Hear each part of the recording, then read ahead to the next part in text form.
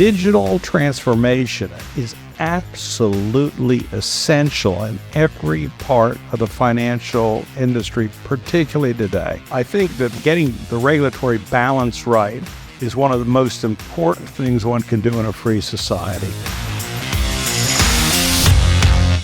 Hey everybody, and welcome to another episode of The People of Private Capital with me, Ferdi Roberts. I'm the CEO and founder at Asset Class, and check out assetclass.com for solutions for venture capital, private equity, and the broader private capital space.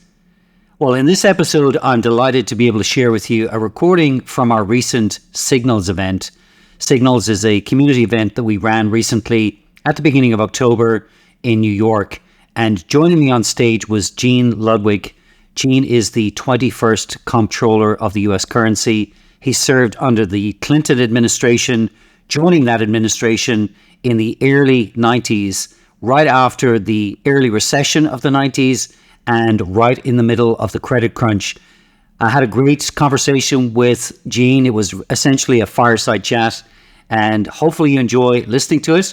Let's dive in. You'll join us both on stage at Signals as I introduce Gene. Okay, so we'll kick off. We're in the final quarter of the day. Appreciate everybody sticking with us. We have the pleasure here today of being joined by Gene Ludwig. Let me just start with an introduction, and I've got to refer to my notes here because Gene has achieved a tremendous amount. There's a lot to his background and a lot, as we'll discover over the course of our conversation, that's relevant to the market that we're in today. But the Honorable Eugene Ludwig, former U.S. Comptroller of the Currency, founder and CEO of Ludwig Advisors, and managing partner at Canopy Ventures. With over 40 years' experience, Gene Ludwig is widely recognized for his expertise in the fintech, regulatory, and compliance space. Gene is the founder and CEO of Ludwig Advisors, as I mentioned, which counsels financial institutions on critical matters. He also founded Promontory Financial Group, a premier regulatory and compliance consulting firm for financial services and fintech companies, and Promontory Interfinancial Network, which has provided hundreds of billions of dollars in funding to its network of more than 3,000 financial institutions. Gene has proved an adept investor in the community banking sector. CapGen Financial, a $500 million community bank private equity fund, founded by Gene and others in 2006, began investing prior to the financial crisis. And as the 27th Comptroller of the Currency, Gene served as the Clinton administration's chief banking regulator and point person on the policy response to the credit crunch of the early 1990s, as I mentioned earlier. And Gene also earned a JD from Yale University. So I'm delighted to welcome Gene to the stage. Thanks very much for joining us today, Gene.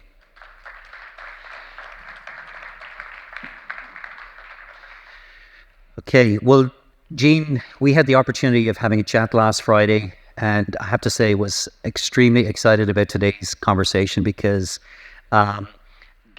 notwithstanding all of your great accomplishments, as I did some digging on Gene's background, Gene was also the steadying hand in a financial crisis in Ireland, which, as you might be able to tell from my brogue, is my mother country. And Gene stepped in to a financial scandal at Allied Irish Bank, which actually turns out to be the bank that we bank with today as a company. There was a $750 million trading scandal that I won't go into, but it needed a steady hand to investigate, to come back with a set of recommendations, which has become known as the Ludwig Report.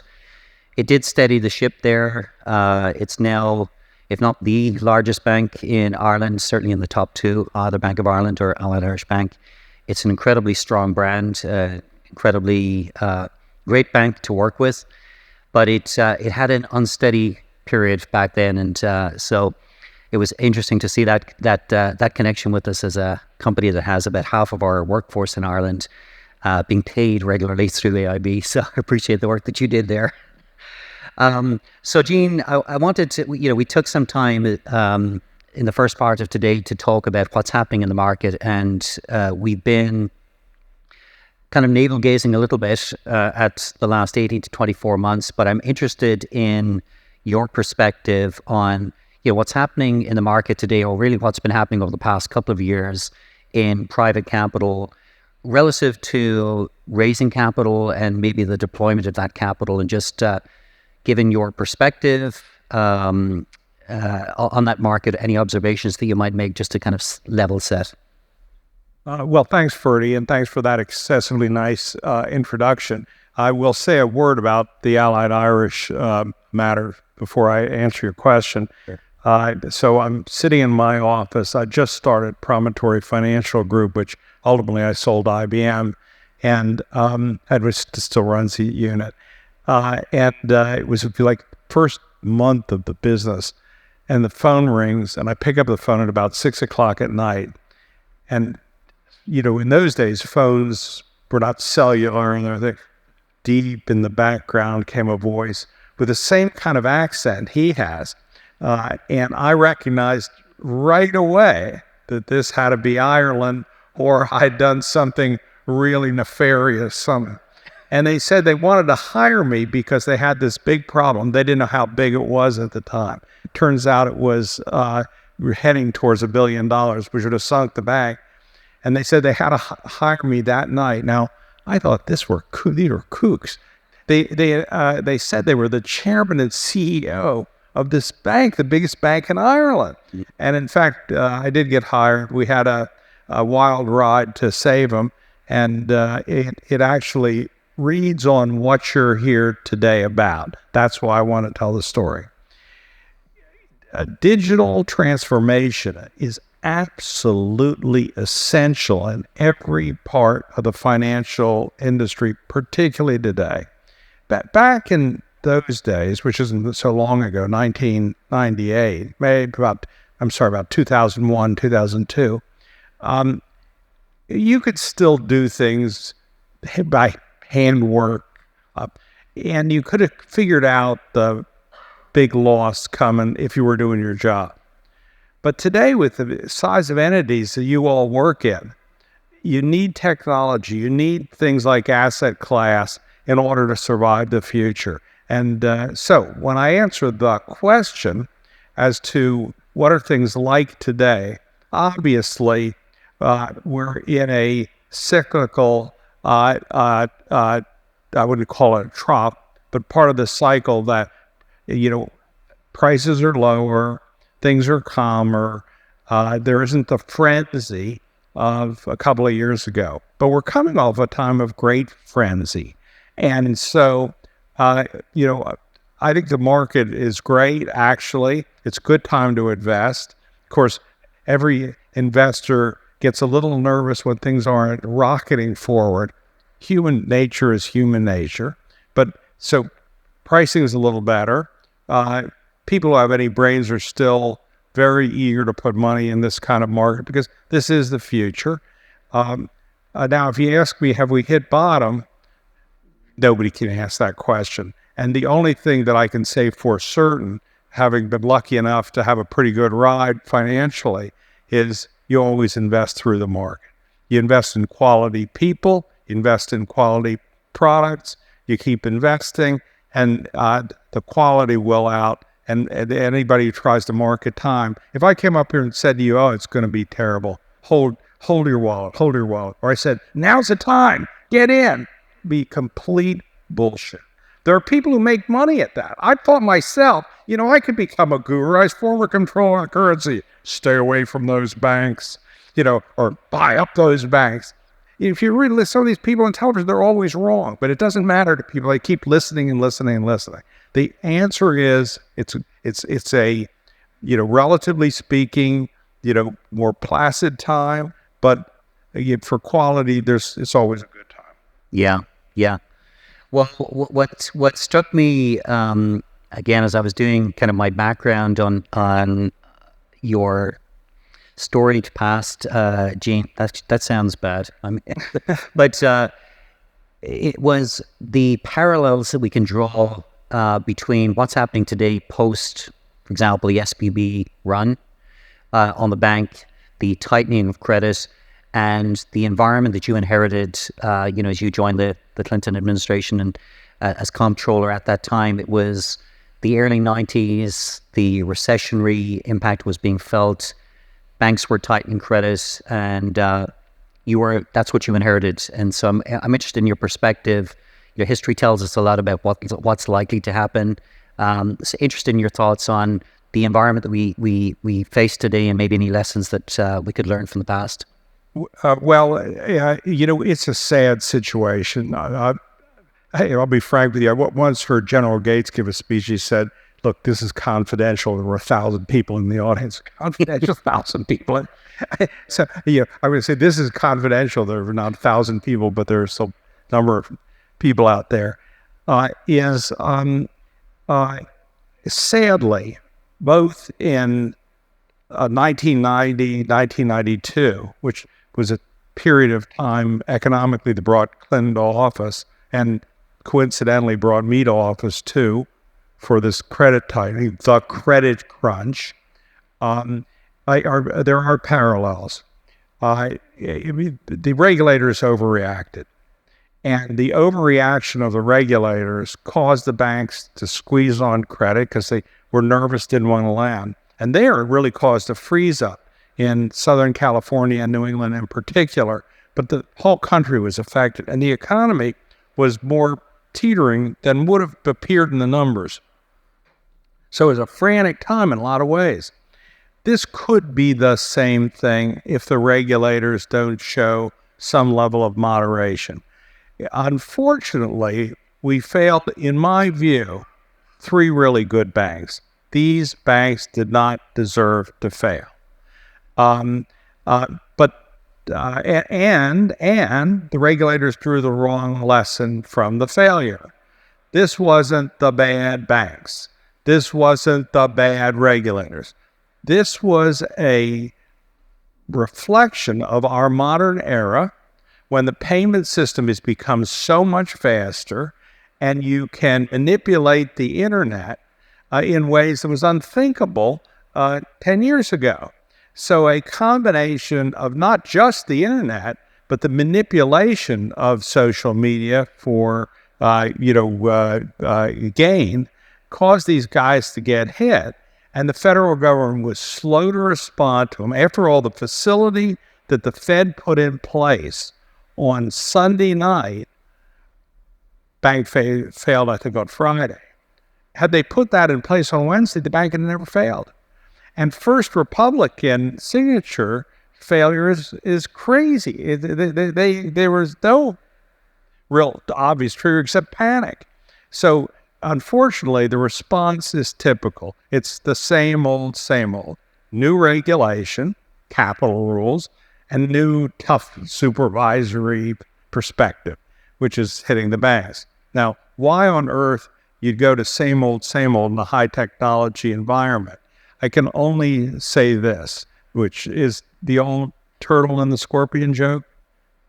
You know the turtle and the scorpion joke? Oh, good.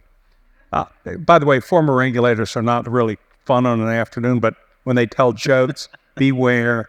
If anybody walks out of the room after this, I don't blame you. So there's a turtle and a scorpion standing next to each other on the side of a riverbank.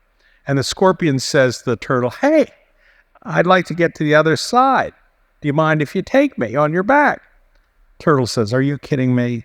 You're a scorpion. You sting me while I'm paddling across, I'm dead." Scorpion says, "Oh, that's so ridiculous. I'm not going to sting you. If I sting you, you'll drown and I'll drown.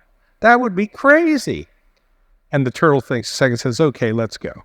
So the scorpion jumps on his back, they're paddling out into the center of the river. And sure enough, the scorpion stings the turtle and they're both dying. And the turtle says, "Why on earth did you do that?" And the scorpion says, "Because that's what scorpions do." Well, when you say, why are the regulators reacting the way they're reacting? That's what regulators do. New regulation and new supervision. But sadly, they're focusing on the wrong target, and it's causing ructions in the market. I don't think they'll go so far. One, because they have history to learn from. Two, there are a whole bunch of us, me included, who tried my best to basically say, look, it would be nice to be brought back to office. I've got plenty of things to do in the private sector, and it pays a bit more than the public sector. But if you want me to come back, keep it up. Well, talking about that, and regulator oversight, we spoke recently about the changes. In fact, we mentioned here earlier today the private fund advisor rules that the SEC is bringing to market, or has brought to market. There's been some uproar, half a dozen or so industry bodies pushing back on that. That's a work in progress. But as of today, these rules are in place and companies are subject to them. I'm just interested in your thoughts on that. Is that kind of overstepping the mark as far as the regulator is concerned, or what are your thoughts on that? Well, first, you can tell the same story with regard to the SEC of the turtle and the scorpion I just did with regard to the bank regulators. Gary Gensler's an activist. I mean, he is an activist regulator. He's really charging up the hill. He worked on Wall Street. He was a Goldman Sachs partner before he got into the whole Washington scene. I'm myself much more of a regulatory moderate. I think usually these issues you deserve more thought and care.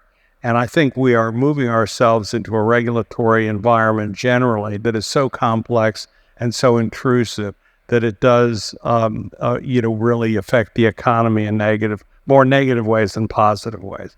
Having said that, and so I'm not jumping for joy about, and they don't affect me particularly personally, but I think we have to be more cautious.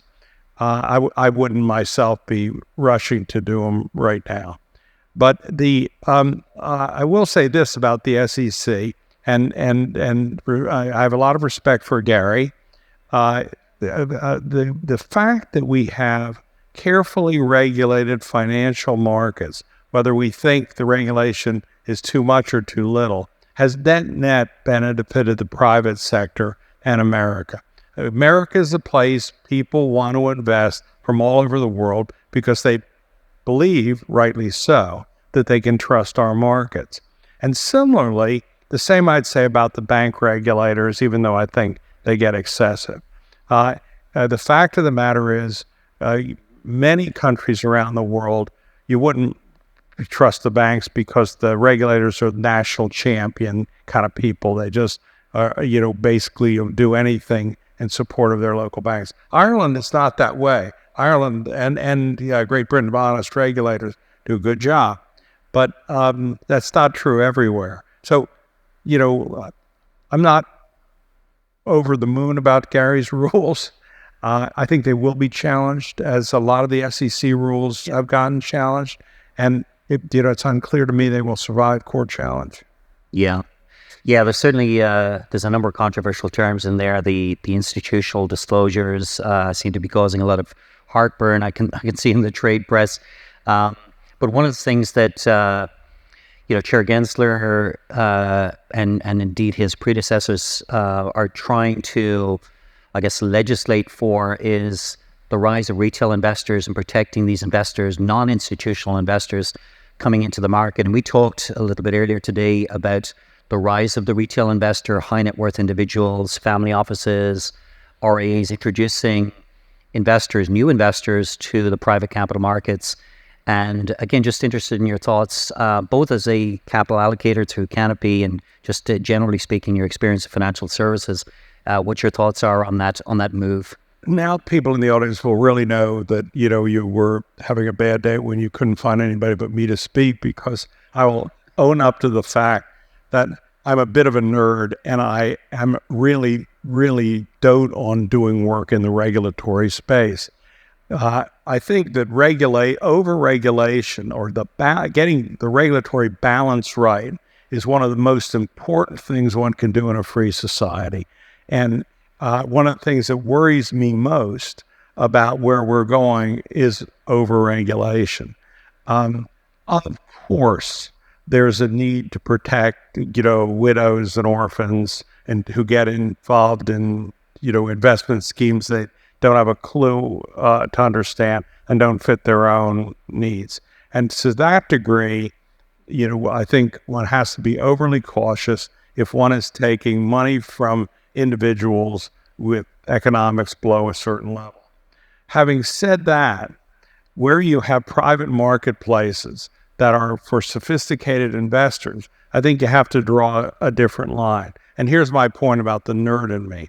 I think to craft these rules correctly, you have to recognize those differences so that one basically doesn't have a one-size-fits-all set of regulations that overregulates markets that don't need it, where people are prepared to innovate, keep them fair, keep them honest, but not overregulate. But on the other hand, one has to protect folks who are incapable of understanding where their money is being put and what the risks are. And getting that balance right is the regulator's responsibility. It's what a good regulator is all about. And I fear that we get sloppy and, there's deregulation or there's more regulation. And that is so wrong. What we ought to be focusing on as a nation is smart regulation and how to keep the markets innovative at the same time protecting those people that need to be protected. And I fear right now we're having trouble getting that balance right. Yeah, it is interesting. And certainly my initial reaction when I viewed the rules was that it's going to be challenging. I guess a bit like negotiation, the ideal outcome is where everybody is equally unhappy.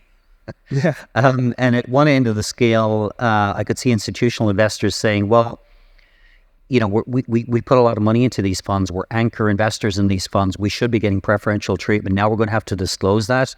That's potentially punitive to them. On the other end of the scale, this increasing audit requirements and the communicative overhead and administrivia that comes from some of these new rules might be potentially punitive to new fund entrants. And it is a balance, as you say. Just, you made mention a little bit earlier, Gene, to, the digitization of firms. And I mentioned your thoughts on this. As a capital allocator in the space, you invest in fintech companies through Canopy Ventures. We're lucky enough to be one of your portfolio companies. Do you think firms in the space are doing enough to make that move towards this digital first kind of digital native investor? What are your observations on that, given the exposure you have? I think you can't go a race hard enough to digitize your firms. And it's really interesting. The papers often report the regulators being cautious. They do it right now. Artificial intelligence is the story of the day. And people saying, well, we've got to think this through. Could be the end of the world. Just like people said the same thing about railroad trains and spinning mills and everything else. Artificial intelligence. But the fact of the matter is, when one is going in to advise financial institutions, which I do, the regulators are all over them for not being technologically savvy enough. In other words, actually, the regulatory orders and criticism typically come for a lot of institutions for having systems that are behind the times and are not regulatorily sophisticated. So and that's right in a way, because frankly, you can't manage a lot of these institutions without digitization. So this not only is something that will come, but for a sophisticated firm, you can't become digital enough. This is the future. When I talk to people up in the Hill about artificial intelligence, I said, look, it may make a nice soundbite, may get you on television and be fun, but this is like King Canute trying to hold back the waves. The fact is, it's coming, and it's going to come vigorously into a bunch of different spaces, and that's just the future. So this is the future. People who get behind in it will find not only do they lose customers, lose an opportunity to advance, but they're actually going to end up being heavily criticized by the regulators for being behind, notwithstanding the supposed caution that you read in the papers. Yeah.